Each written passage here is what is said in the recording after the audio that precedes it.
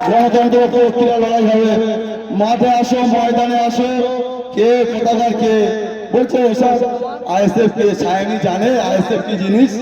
সায়নী জানে? ওদের আগাও সায়নী কি জানে? সায়নী জানে আইএসএফ কি জিনিস? হ্যাঁ, আইএসএফ ন্যায়ের প্রতিষ্ঠা করতে এসেছে, আইএসএফ ন্যায় প্রতিষ্ঠা করতে এসেছে, আইএসএফ মারামারি হানাহানি বন্ধ করতে এসেছে, আইএসএফ গুন্ডামি বন্ধ করতে এসেছে। গরিব মানুষের টাকা, ঘরের টাকা শোষণ করতে যারা এসেছে, তার হিসাব জন্য আইএসএফ বন্ধ করতে এসেছে। এরা কি করছে? টিএমসি নেতাগুলো কি করছে ভাই? টিএমসি নেতাগুলো একে মারবো, ওকে ধরবো, কেন কেন মারবে তুমি? কেন মারবে? কি এত এত জ্বালা পড়ছে তোমাদের? ও তো অনেক উন্নয়ন করেছে, অনেক উন্নয়ন করেছে, এত জ্বালা এত খাচ্ছে কেন আইএসএফ থেকে? হ্যাঁ, কিসে এত জ্বালা? যাই ভাই, আমি বেশিক্ষণ কথা বলবো না, আমার শরীরটা কদিন ধরে অসুস্থ ভাই। শুধু আপনাদের ভালোবাসার টানে আমি আজকে আপনাদের সম্মুখে এসেছি। শুধু একটা কথা বলবো, পীরজাদা নওশাদ সিদ্দিক মহাশয় আপনাদের যে নীতি আদর্শ শিখিয়েছেন, সেই নীতি আদর্শের উপরে ভরসা করে চলুন। আমি আপনাদেরকে কথা দিচ্ছি, আমরা নওশাদ সিদ্দিক মহাশয় যে কথা বলে আপনাদেরকেও সেই কথা বলি। কারণ নওশাদ সিদ্দিক আমাদের এক হাতে খাতা, এক হাতে পেন ধরতে শিখিয়েছে। আর সওগাত মোল্লা কি ধরতে শিখিয়েছে ভাই? সওগাত মোল্লা কি ধরতে শিখিয়েছে? সওগাত মোল্লা কি ধরতে? এক হাতে বোম আর এক হাতে বন্দুক। এই সওগাত মোল্লা ভাঙড়ে এসে যত মায়ের কোল খালি করেছে সওগাত মোল্লাকে আমরা ছাড়বো না। ওনার হিসাব আমরা ইঞ্চিতে ইঞ্চিতে বুঝিয়ে দেবো। আগামী দিন শুধু সময়ের অপেক্ষা ভাই। এই বলে আমি আমার ক্ষুদ্র বক্তব্য শেষ করছি। জয় হিন্দ, বন্দে মাতরম। নওশাদ সিদ্দিক ভাইজান জিন্দাবাদ, ইন্ডিয়ান সেকুলার ফ্রন্ট জিন্দাবাদ। ধন্যবাদ ওইদেরকে। যে সভা এখন চলছে, আপনারাও অধীর আগ্রহে অপেক্ষা করছেন, যার জন্য আর অল্প কিছুক্ষণের মধ্যেই নওশাদ ভাইজান আমাদের মধ্যে উপস্থিত হচ্ছেন। আর অল্প কিছুক্ষণের মধ্যে, তার আগে এখন আমি ডেকে নেব আমাদের এখানে উপস্থিত আছেন আবু বক্কর ভাই। উনি অনেক ভাবনা চিন্তা করে এই আইএসএফ এর কথা ভেবে দু এক কথা উনি লিখেছেন, আপনাদের সামনে উনি সেটা খুব সংক্ষেপে পড়ে দিচ্ছেন। আসসালামু আলাইকুম। Welcome welcome welcome. নওশাদ ভাইজান জিন্দাবাদ, নওশাদ সিদ্দিকী ভাইজান জিন্দাবাদ, নওশাদ সিদ্দিকী ভাই জিন্দাবাদ। সামনে এসো, সামনে এসো। সালাম দিলে নমস্কার বলতে নাকি? হ্যাঁ, নমস্কার বলতে। হ্যাঁ, সালাম দিলে নমস্কার দিতে। শুরু দিতে হবে। ওজনে সব লোক এই সব নমস্কার দিতে হবে। নমস্কার বলতে। তৃণমূলের এমনি গুণ, ও ভাই কাঁচা বাসে ধরায় ঘুণ। তৃণমূলের এমনি গুণ কেড়ে নিল জাতির কোল। আর করোনা এমনি ভুল, ছেড়ে দাও এবার তৃণমূল। আমরা যদি বাঁচতে চাই, আইএসএফ ছাড়া গতি নাই। আমরা যদি বাঁচতে চাই, আইএসএফ ছাড়া গতি নাই। টাটা বাই বাই, এখন তবে আমি যাই। আমার যদি ভাই ভুল, ক্ষমা চাই সবাকারে। ভাইজান জিন্দাবাদ, ভাইজান জিন্দাবাদ, ভাইজান জিন্দাবাদ।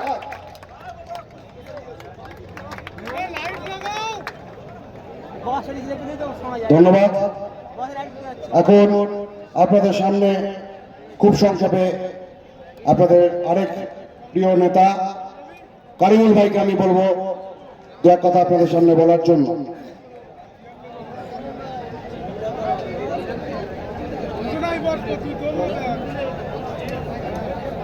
লাইট লাগাও, লাইট নেই, অন্ধকার লাগছে। লাইট হচ্ছে, অন্ধকার হচ্ছে পুরো।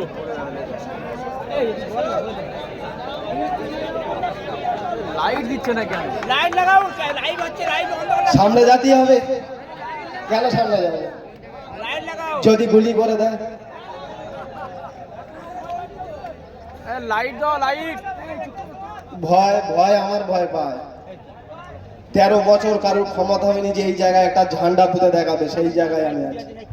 ঠিক তো? এটার নামই সংসার, এটার নামই ভাঙো। পরিচয় দেওয়ার সময় নেই, খালি অ্যাকশন। আমরা ভাঙড়বাসী, আমরা এককে নয় করতে পারি আর খাকিকে সাদা করতে পারি, এটাই তার প্রমাণ। পারি তো? আজকে বলতে দুঃখ লাগে যে আজকে সকাল থেকে আমাদের যে সোনপুরে যে মিটিংটা আছে, আমাদের তো পরিচালনাই করা হয়নি, যে প্রচারই আমরা করিনি যে আমাদের সোনপুরে মিটিং হবে। আমরা আমাদের জনতারা বুঝতেই পারিনি যে সোনপুরে আমাদের 8 তারিখে সন্ধ্যার পরে এই প্রোগ্রাম হবে। তার সত্ত্বেও আমরা ইতিহাস করে দেখিয়ে দিয়েছি। ভাড়া করে আনা হয়েছে নাকি তোমাদেরকে? তা হাত তুলে দেখাও, ভাঙড় বিধানসভার বাইরে কারা আছে? উঠবে কি একটা হাত? ভাঙড় বিধানসভার বাইরে কারা আছে? আর বাপের বেটা যদি হয়ে থাকে কালকে এরকম হাত তুলিয়ে দেখাবে যে ভাঙড়ের বাইরে কারা আছে। তাই তো যারা জেল খাটছে তাদের দেখে শিক্ষা লাভ। এখনো আমাদের ছোট ছোট বুথ স্থলের নেতারা যদি চলে যায়, তাদের জন্য হাজার হাজার মানুষ ফুলের মালা নিয়ে দাঁড়িয়ে থাকে তাদেরকে স্বাগত জানানোর জন্য। তাদের বড় বড় নেতারা জেলে আছে, এগুলো দেখতে যাওয়ার মতো মানুষ পায় না। প্রথম যখন জেলে গিয়েছিল ভাড়া করে লোক নিয়ে যেত, জেলের সামনে ঘোরাঘুরি খেত দেখানোর জন্য যে তোদের টাকা দিয়ে কত ভালোবাসি। দেখ আজকে বলতে কষ্ট লাগে যে আমরা ভেবেছিলাম থানা বেড়েছে আমরা শান্তিতে থাকবো।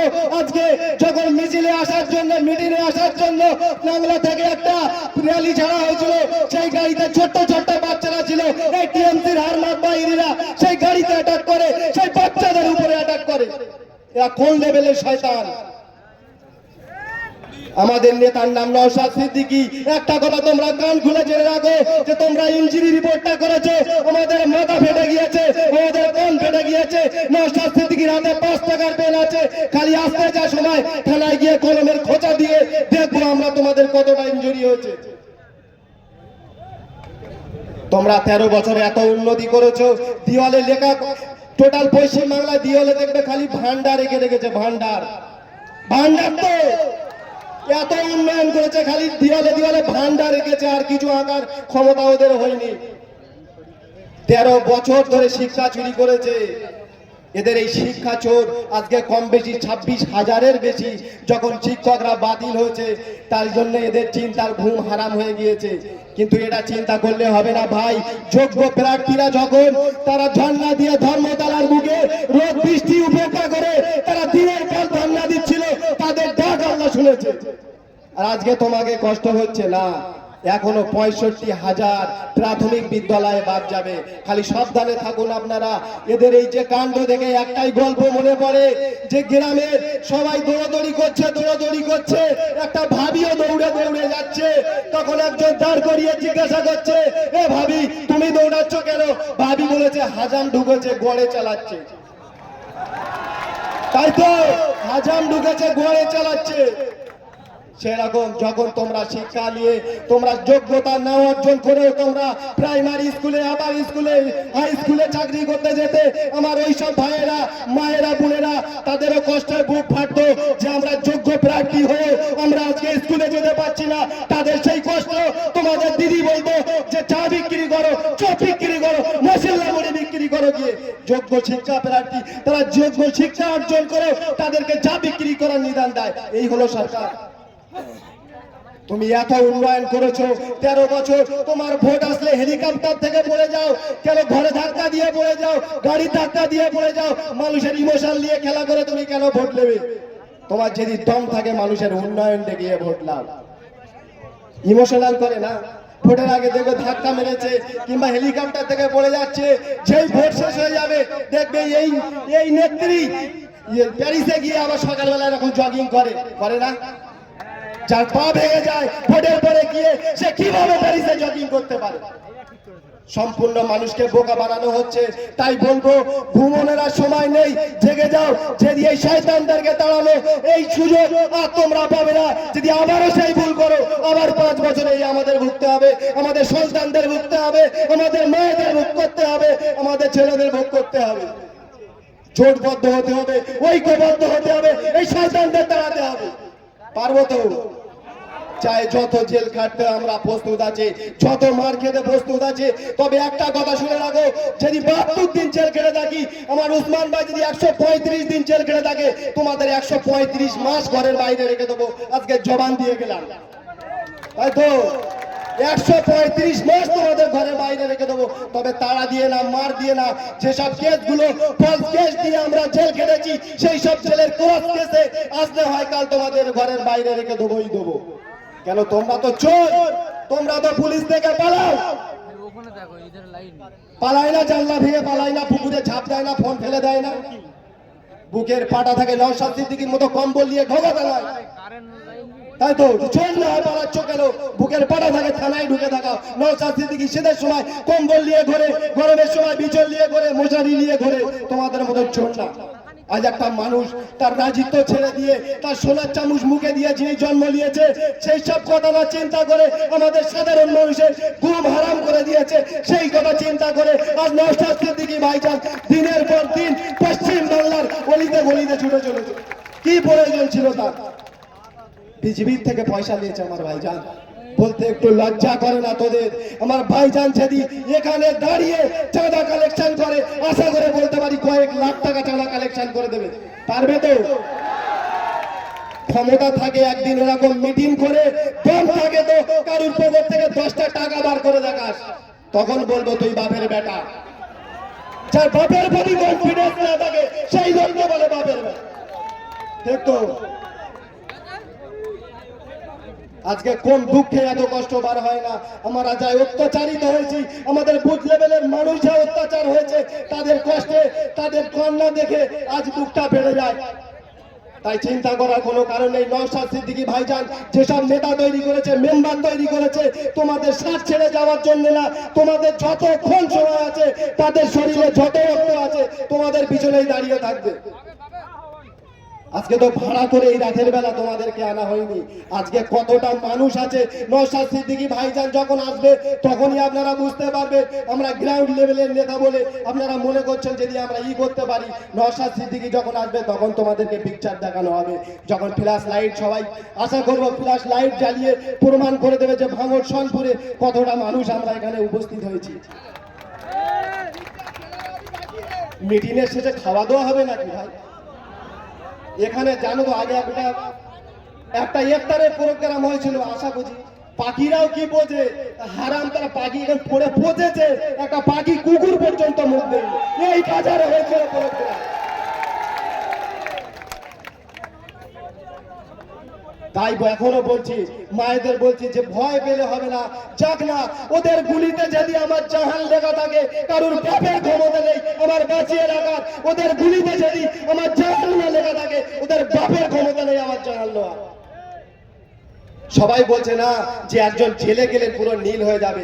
আমি বলছি জেলে না যাক, আমাদের সামনেই থাকুক, ভাঙড়ে লড়াই করুক। যদি বাপের বেটা হয় 26-এ তুমি ভাঙড়ে দাঁড়িয়ে দেখাবে। আমরা আমাদের ভিতর থেকে নওশাদ সিদ্দিকী না, সাধারণ যে কোনো একটা নেতাকে দাঁড় করিয়ে দেবো, তোমাকে রসগোল্লা খাইয়ে বাড়ি পাঠিয়ে দেবো। আশা করছি পারবো তো? আমরা ভাঙড়বাসী, আমরা সব পারি। আমরা হিরোকে জিরো করতে পারি, জিরোকে হিরো বানাতে পারি। ওটা ওনার শিক্ষা লোয়ার বাকি আছে। তাই দিদি ভেবেছিল যে ভাঙড়ের বুকে, ভাঙড় কলেজে এমন একজনকে শিক্ষা করতে পাঠাও। ও জানে না ভাঙড়ের বুকে আমাদের মতো প্রিন্সিপালরা বাস করে, আমাদের রাজনাদির মতো প্রিন্সিপাল থাকে, যে তোমার সময় পেলে পড়াশোনা করলে ঠিক টাইমে তোমার চামড়া গুলিয়ে দিত। নওশাদ সিদ্দিকী শেখায় যে ভদ্রতা বজায় রাখো। স্কুলে না পড়া করলেও একদিন ছাড়া দুদিন তাকে শেখাও, তাকে বোঝাও। যেদিন না পড়া পারে তারা তুমি কি করবে? সে তো পরীক্ষার সময় গিয়ে ফেলই করবে। সেই জন্য বলছি আমরা মারপিটের রাজনীতি না করে আগামী দিন সেই পরীক্ষার অপেক্ষা করছি। 2026 সালে ওকে জিরো করে বাড়ি বানাবো। আর যদি জেলে যায় চুনোপুটি নেতারা সাবধান হয়ে থাকো, তোমাদের অবস্থা কি হবে? আজকে যে যার টাকাতে তোমরা আজকের এই দম্প দেখিয়ে বেড়াচ্ছ, সামান্য কিছু হলেই থানাকে ভয় দেখাচ্ছ। এখন ক্যালকাটা পুলিশ কিছু না হলেও তোরা চেষ্টা তো নিচ্ছে, আমরা এইটাই শান্তি। আগে তো আমরা থানায় যেতে ভয় করতাম, এখন তো বুক ফুলিয়ে থানায় যায়। পুলিশ মানে তাদের আল্লাহ এমন একটা চোখ দিয়েছে, তারা হারাম আর হালাল বুঝতে পারে, কোনটা হারামির বাচ্চা আর কোনটা সঠিক বাচ্চা পুলিশের সামনে গেলে পুলিশ বলে দিতে পারে। কিন্তু পুলিশের হাতটা বাঁধা। যখন 14 দিন সিআইডি পিসিতে ছিলাম, সিআইডি পিসি ভাই একটা খবরের সমান। তখন প্রত্যেকটা অফিসার বলতো আজকে যে কষ্টটা তোরা করছিস একদিন না একদিন তার ফল পাবে। আজকে গর্ব করে বলি যে হ্যাঁ, সেই কষ্টের খাতিরে আজ আমরা ভাঙড়ের বুকে নওশাদ সিদ্দিকী ভাইজানের মতো যে ভুলকে ফোটাতে পেরেছিলাম, ওদের বাপের ক্ষমতা হয়নি, 293 জনের ঘুম হারাম করে দিয়েছে। আজকে ওরা কিন্তু আপনারা দেখছি এই লোকসভা, ওরা লোকসভা দেখছে না, ওরা 2026-এর ফলাফল দেখছে যে নওশাদ সিদ্দিকী 1 নয় 3 সাথে 21টা যদি হয়ে যায়, ও একা যদি আমাদের ছটফটানি ধরিয়ে দিতে পারে, আর 3 সাথে 21টা বাচ্চা যদি ওর ভিতরে ঢুকে যায়, 293 জন পালাতে কিন্তু ভোমর পাবে না, তাই তো? আর আমরা নুলারম খান অ্যাডভোকেটের মতো যদি একজন দিল্লি পাঠাতে পারি, ইনি তো ইংলিশে আইনের কথা বলবে, সারা তো গভর্নমেন্ট, তাই তো?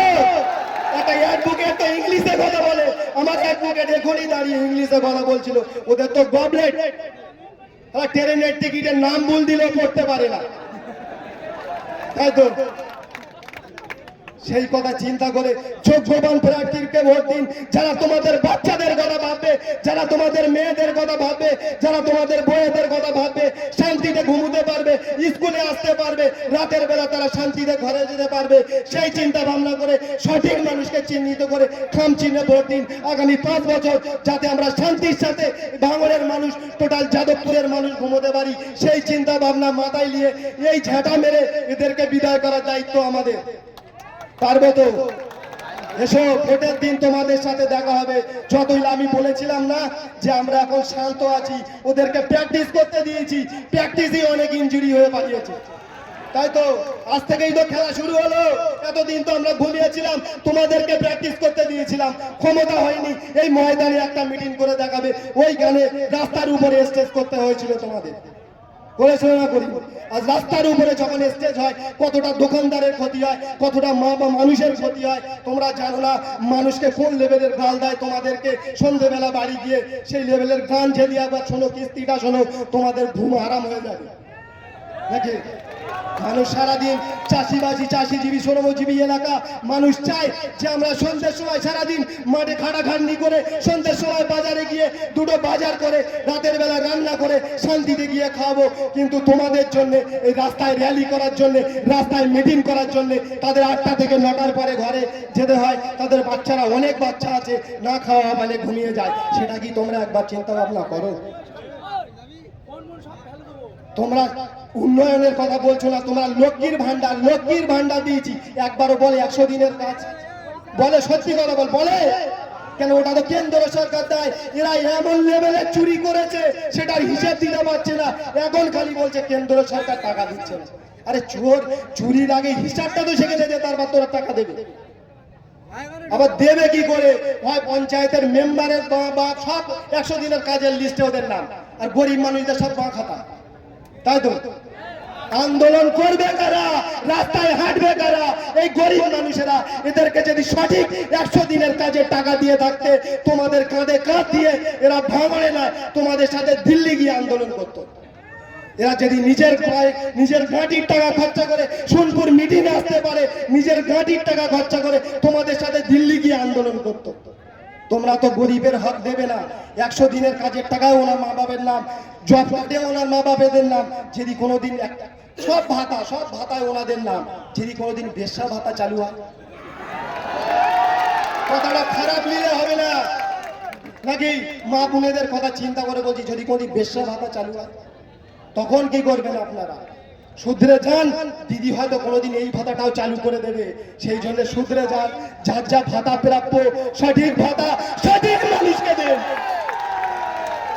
মিটিং করে তোমাদের মিটিংয়ে ডেকে আনতে হবে না, মানুষ তোমাদের পিছনে ঢাল লাগবে। নওশাদ সিদ্দিকীকে টাকা দিয়ে আমাদেরকে ডেকে আনেন না। নওশাদ সিদ্দিকীর মুখের বাণী মানুষকে আকর্ষণ করছে, নওশাদ সিদ্দিকীর হক কথা বলা মানুষকে আকর্ষণ করছে, নওশাদ সিদ্দিকীর চোখে চোখ রেখে লড়াই করাকে মানুষ মেনে নিয়েছে। ওই জন্য নওশাদ সিদ্দিকীর জন্য জেল কাটতে কেউ ভয় করে না, গুলি খেতে কেউ ভয় করে না। রাত 12টার সময় তারা চলে যাচ্ছে বিডিও অফিসে। তোমাদের ক্ষমতা থেকে টাকা দিয়ে নিয়ে যাও, তাও যাবে না, ওই পর্যন্ত গিয়ে চলে আসবে। স্টেজে বক্তা অনেক, তো যদি কোনো তোমাদের মুখে যে দুঃখ দিয়ে থাকি,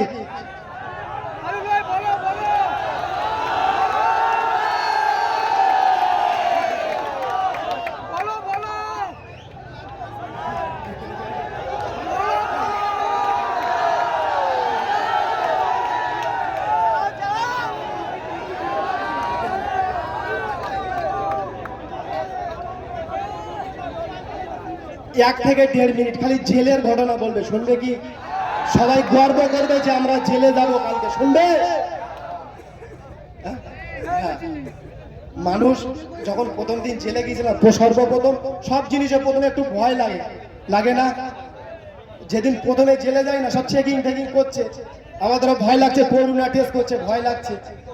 যেদিন আমদানি বলে একটা জায়গা আছে জেলে, যখন আমদানির ভিতরে ঢুকেছি না, যে ম্যাটটা থাকে, যারা জেল কেটেছে তারা জানে, বলে আজকে তোরা যে এসছিস, তোরা তো বজরঙ্গি ভাইজান ফিল্মে দেখেছিস, নওশাদ সিদ্দিকী ভাইজান যখন জেলে আসে না, বজরঙ্গি ভাইজান আমরা অরিজিনাল দেখেছি, বজরঙ্গি ভাইজান আমরা অরিজিনাল দেখেছি।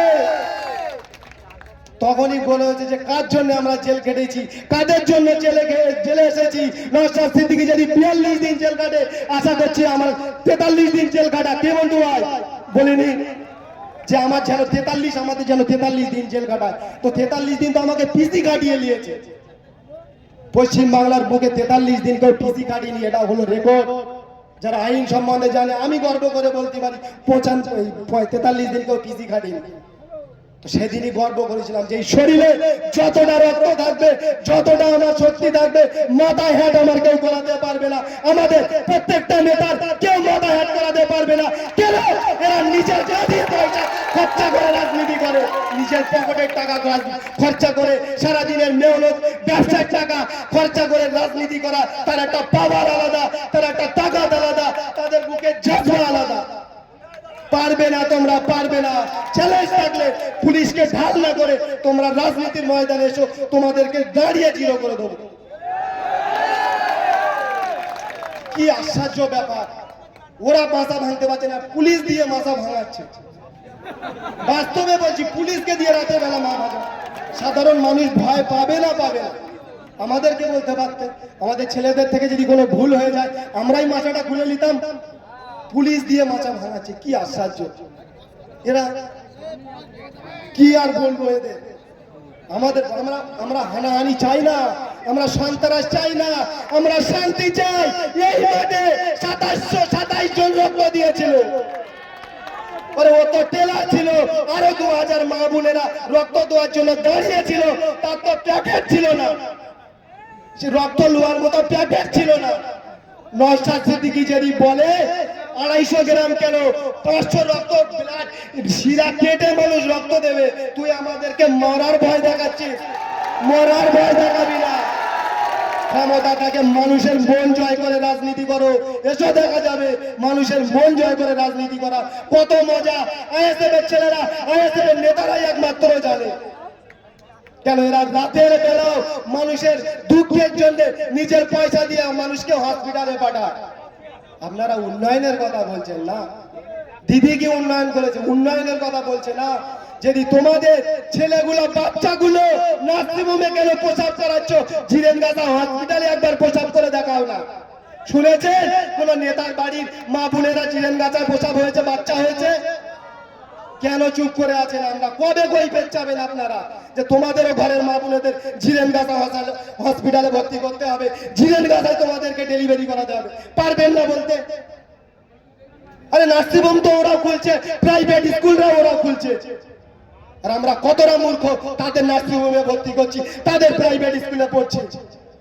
আর শিক্ষাটাকে মেরুদণ্ড ভেঙে দিয়েছে, মোবাইল ধরিয়ে দিচ্ছে হাতে, টাকা দিচ্ছে হাতে, টাকা না দিয়ে কেন শিক্ষাটা মানুষের দাও। আমরা যখন স্কুলে গিয়েছিলাম 30 না পেলে পাস নেই, তখন কি ছিল, এখন কি? আমরা স্কুলে যেতে ভয় করতাম, স্কুলে যেতে বললে মা বাবাদের সাথে ঝগড়া করতাম, এখন স্কুলে না যেতে দিলে ঝগড়া করছে বাচ্চা কাচ্চা লাগে।